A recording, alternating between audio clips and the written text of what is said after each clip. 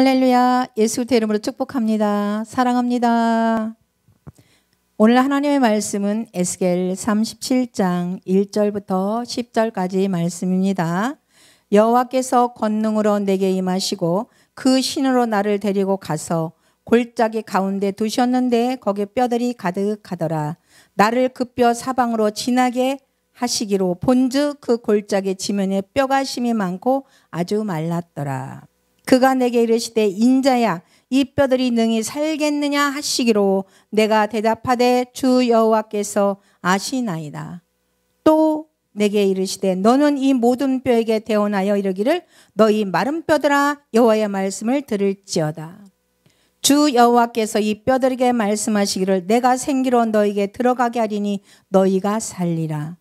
너희 위에 심줄을 두고 살을 입히고 가죽을 덮고 너희 속에 생기를 두리니 너희가 살리라. 또 나를 여호와인 줄 알리라 하셨다 하라. 이에 내가 명을 쫓아 대언하니 대언할 때 소리가 나고 움직이더니 이 뼈 저 뼈가 들어맞아서 뼈들이 서로 연락하더라. 내가 또 보니 그 뼈에 심줄이 생기고 살이 오르며 그 위에 가죽이 덮이나 그 속에 생기는 없더라. 또 내게 이르시되 인자야 너는 생기를 향하여 대언하라. 생기에 대언하여 이르기를 주 여호와의 말씀에 생기가 사방에서부터 와서 이 사망을 당한 자에게 불어서 살게 하라 하셨다 하라. 이에 내가 그 명대로 대언하였더니 생기가 그들에게 들어가매 그들이 곧 살아 일어나서는 극히 큰 군대더라. 할렐루야. 네, 1절에 보니까 여호와께서 권능으로 내게 임하시고 그 신을 나를 데리고 가서 골짜기 가운데 두셨는데 거기에 뼈가 가득하더라 그랬어요. 주님께서 권능으로 나를 사로잡으셨다는 말이죠. 주님의 영이 나를 데리고 나가서 골짜기 한가운데 나를 내려놓으셨다. 그런데 그곳에 뼈들이 가득했다는 거예요. 권능은 주님의 능력이나 힘도 되겠지만 오늘 1절에서는 주님의 손에 더 가깝습니다. 주님께서 손으로 나를 사로잡으셨다라고 말해도 무리가 없습니다. 우리가 잘 알고 있는 사도행전 1장 8절에 성령이 너희에게 임하시면 너희는 권능을 받고 땅끝까지 이르러 내 증인이 될 것이다 라고 그랬어요. 여기서의 권능은 주님의 능력, 세력에 더 가깝습니다. 오늘 말씀에서 나타난 권능은 주님의 손을 의미하는데 성경에서 손은 하나님의 복을 의미합니다. 기도와 겸손을 나타냅니다. 맹세할 때 이 손을 들어 올렸습니다. 우리가 목사 안수할 때도 이렇게 손을 들어서 안수하잖아요. 자, 첫째는 주님의 음성을 듣고 일을 해야 됩니다. 둘째는 주님의 뜻에 의해서 움직여야 돼요. 에스겔도 하나님의 음성을 듣고 시키는 일을 합니다. 에스겔의 뜻과는 아무런 관계없이 뼈들이 가득한 골짜기 한가운데로 데려다 내려놓습니다. 이때 에스겔 선지자의 반응은 어떠했습니까? 주님의 손이 어디로 이끌고 가든지 어떤 환경 속으로 몰아넣든지 모든 일을 시키든지 오직 주님의 뜻을 묵묵히 따릅니다. 어떻게 해서 이런 믿음이 생겼을까요? 자신의 삶과 생명의 주인의 손에 붙들렸다는 사실을 믿고 인정하는 사람이 에스겔과 같은 사람이에요. 모든 것이 주님으로부터 시작하여 주님께서 끝이 난다는 사실을 전적으로 믿는 사람입니다. 사랑하는 여러분, 에스겔, 엘리야, 또 엘리사, 마리아, 빌립, 사도 바울 그리고 예수님께서도 성령에 이끌려 주님의 일을 했습니다. 주님의 손에 붙들리면 자신의 것을 모두 버리고 주님의 뜻에 따라 움직입니다. 우리는 주님의 손에 붙들린 사람들입니다. 할렐루야. 우리들의 마음대로 하기보다는 주님께 항상 물어보고 주님의 뜻을 따라야 하는 주님의 선택받은 백성임을 기억하시기를 축복합니다. 37장 2절에 보면 나를 그 뼈 사방으로 지나가게 하시기로 본즉 그 골짜기 지면에 뼈가 심이 많고 아주 말랐더라 그랬습니다. 주님의 손이 에스겔을 데리고 뼈들이 널려있는 사방으로 다니게 하셨습니다. 그리고 그 뼈들의 상태까지 다 파악할 수 있는 지혜도 주셨습니다. 여기서 뼈는 이스라엘 백성을 의미합니다. 에스겔 31장 11절 보면요. 사람아 그랬어요. 사람아. 이 뼈들이 바로 이스라엘 온 족속이라는 거예요. 그들이 말하기를 우리의 뼈가 말랐고 우리의 희망도 사라졌으니 우리는 망했다. 우리는 망했다. 뼈는 포로로 잡혀온 이스라엘 백성들의 상태입니다. 뼈들이 어떠했다고 말을 했습니까? 아주 말랐고 희망도 사라졌다고 했습니다. 이스라엘 백성들의 영적인 상태를 나타냅니다. 지금 이 방송을 듣고 있는 여러분에게도 생기가 없고 메말른 사람이 있을 수 있습니다. 걱정하지 마십시오. 이스라엘 백성들은 아주 메말라 생기를 잃어버렸어요. 왜 그렇게 되었을까요? 포로로 잡혀서 살면서 하나님을 찾고 부르며 나아가는 것을 잃어버린 거예요. 또 하나님을 찾는다 해도 나아가도 형식적이었어요. 이스라엘 백성들은 포로로 잡혀와 이방 나라에 살면서 날이 갈수록 하나님을 더 잃어버렸습니다. 하나님보다는 하루하루 살아가는 것에 더 마음을 쓰며 힘겹게 살아갔을 거예요. 우리 신앙생활 가운데 얼마나 하나님의 음성을 듣기 위해서 나아가고 있는지 점검하시기 바랍니다. 얼마나 우리의 뜻을 버리고 하나님의 뜻을 따라 살기를 원하십니까? 하나님의 음성을 듣지 않으면 우리의 영혼이 메마릅니다. 생기를 잃어버립니다. 왜? 우리가 시시때때로 생명 되신 하나님께 나아가야 되는데 그렇게 못하면 그렇게 되는 거예요. 우리의 영혼이 생기를 잃지 않기 위해서 우리는 찬양을 해야 돼요. 기도해야 돼요. 목회자는 하나님의 말씀을 전해야 되는 것입니다. 에스겔 30장 3절에 그가 내게 이르시되 인자야 이 뼈들이 능히 살겠느냐 하시기로 내가 대답하여 주 여호와여 주께서 아시나이다. 아멘. 왜 하나님이 에스겔에게 물었어요? 대화를 하고 확신을 주기 위함입니다. 하나님은 언제나 우리와 대화하기를 원하십니다. 우리가 하나님 쪽으로 얼굴을 돌려 음성을 듣기를 원하면 누구든지 다 들을 수가 있어요. 하나님의 음성은 특별한 사람만 듣는 것이 아닙니다. 요한복음 10장 7절에 내 양은 내 목소리를 알아듣는다 그랬거든요. 나는 내 양을 알고 내 양들은 나를 따른다. 우리가 하나님의 양입니까? 그럼 당연히 하나님의 음성을 들어야 합니다. 하나님의 음성을 듣고 싶습니까? 세상을 향해 있는 모든 생각들을 다 물리치세요. 세상을 향해 됐던 모든 잡음을 다 사라지게 하세요. 그리고 하나님께 집중하고 기다리십시오. 하나님의 음성이 들립니다. 3절에 에스겔의 대답이 뭐라고 그랬어요? 주 여호와께서 아시나이다. 이 말에서 무엇을 알 수 있습니까? 에스겔의 믿음을 하나님이 보는 거예요. 주 하나님은 우리의 모든 것을 다 알고 계신다는 말입니다.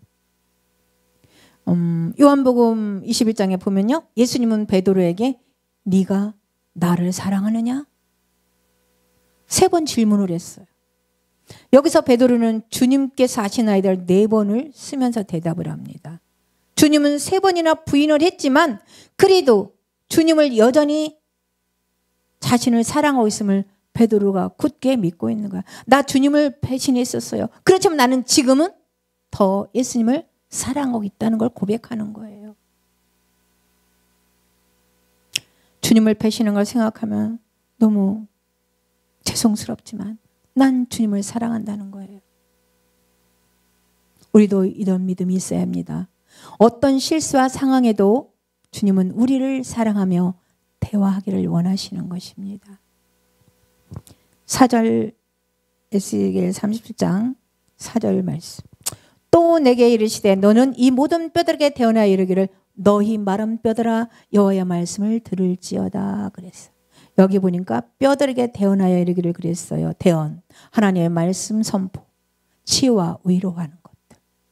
하나님은 에스겔에게 생기를 잃고 영혼이 말라버린 이스라엘 백성들에게 예언을 하라고 합니다. 주의 종을 대언의 통로로 주님께서 쓰시는 거예요. 이스라엘 백성들에게 하나님의 말씀을 들으라고 합니다. 말씀에 순종하라고 하십니다. 생기를 잃어버린 메마른 영혼에게 가장 필요한 것이 무엇입니까? 하나님의 말씀을 듣는 것입니다. 말씀을 듣고 그 말씀을 믿으며 말씀을 따라 순종하며 살아가는 것이 최고의 길인 것입니다. 우리의 영혼이 건강을 유지하려면 말씀을 듣고 읽고 믿음으로 지키는 것입니다. 하나님의 말씀을 믿는 믿음으로 기도와 찬송을 해야 주님께 영광이 됩니다. 우리 앞에 폭풍 같은 환난이 와도, 낙심되고 어려워질 때도, 참기 힘든 슬픔이 와도 우리가 두려워하지 않고 하나님께 나아갈 수 있는 힘, 생기를 어디에서 얻습니까?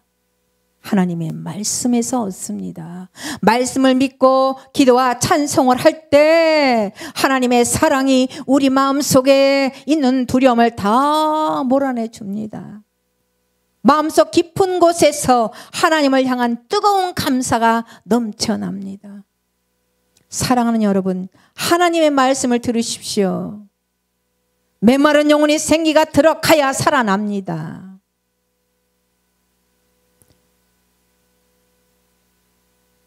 요한복음 5장 25절에 죽은 사람들이 하나님의 아들의 음성을 들을 때가 오는데 지금이 바로 그때이다라고 그 음성을 듣는 사람들은 살 것이라고 말씀하고 있습니다.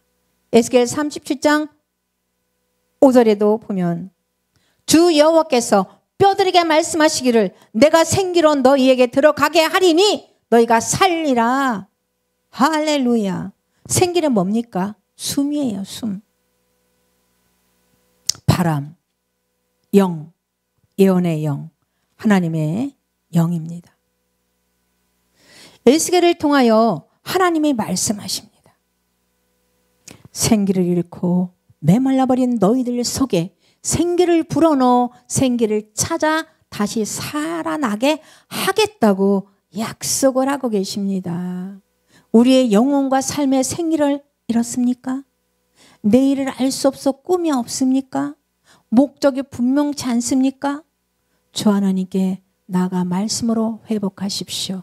생기를 다시 찾으시기를 바랍니다.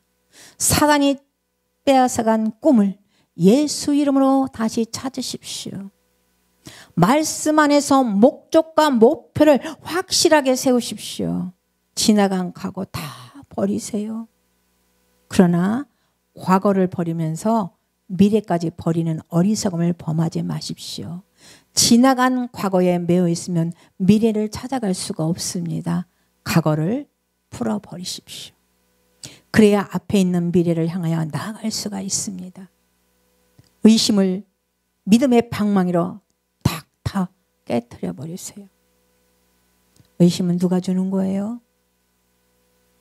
마귀가, 사단이. 하나님 나라는 평화입니다. 우리는 하나님의 말씀으로 다시 생기를 내서 풍성한 삶을 살 수 있습니다. 할렐루야. 메마른 삶에 하나님의 생기가 들어오면 우리는 신학가에 심겨놓은 푸르른 나무처럼 되는 거예요. 요한복음 10장 22절에 그들에게 숨을 불어넣으시고 말씀하십니다. 아주 유명한 말씀이죠. 그런 후에 뭐라고 그래요? 성령을 받아라. 성령을 받아라. 예수님 메마른 우리 영혼에 생기를 불어넣으십니다. 성령을 받으십시오. 그리고 믿음 있는 사람이 되십시오. 에스겔 30장 6절에 보면 너희의 힘줄을 두고 살을 입히고 가죽으로 덮고 너희 속에 생기를 두리니 너희가 살리라. 또 나를 여호와인 줄 알리라 하셨다 하라. 아멘. 하나님께서 왜 우리에게 힘줄이 뻗치게 하고 살을 입히고 살갗을 덮고 생기를 불어넣어 다시 살아나게 하십니까? 하나님께서 우리의 생명의 주인임을 깨닫게 하기 위함입니다. 하나님은 우리를 지으신 분, 지금까지 함께 하시며 인도하여 주신 분, 하나밖에 없는 아들을 십자가에 못 박아 우리의 모든 죄를 사해 주신 분, 그 그 하나님께서 앞으로 우리를 푸른 초장과 쉴만한 물가로 인도해 주신다는 것입니다. 지금 여기까지 함께 도와주신 분이 그분 하나님이십니다.